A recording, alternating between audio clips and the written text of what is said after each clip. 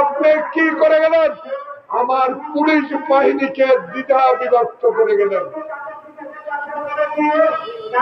যে পুলিশ বাহিনী প্রজাতন্ত্রের কর্মচারী, আমার আপনার ট্যাক্সের টাকা দিয়ে যার বেতন চলে, তাদেরকে দ্বিধা বিভক্ত করে দিয়ে আপনার নিজস্ব বাহিনী তৈরি করেছিলেন।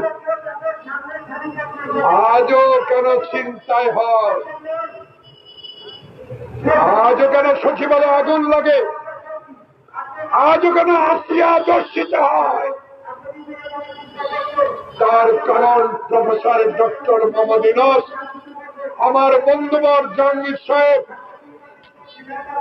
খোঁজ নিয়ে দেখেন এরা তারা যাদের কাছে অবৈধ টাকা আছে, যারা এখনো আমাদের মতো সমাজে কিছু লোকের সাথে থেকে এ অর্থ দিয়ে সব অকাম করাচ্ছে। এদের বিরুদ্ধে আপনাকে লড়াই করতে হবে। এই লড়াই আপনি টিকবেন, এই লড়াইয়ে আপনার সাথে আসি। তাই শেষ স্তর সকল ঐক্য ধরে রাখতে চাই, এমন ঐক্য করতে চাই যে ঐক্যে মুগ্ধ খোকনের রক্ত মিঠা যাবে না, যে রক্ত বাংলাদেশে একটি নিরপেক্ষ নির্বাচন দিতে পারবে, যে ঐক্য মৃত ব্যক্তি আর কবর থেকে উঠে ভোট দিবে না, এমন ঐক্য চাই যে ঐক্য হাইকোর্টে বিচার না পাইলে ময়লা এবং লাশের লাঠি মারবে না, এমন ঐক্য আমরা চাই।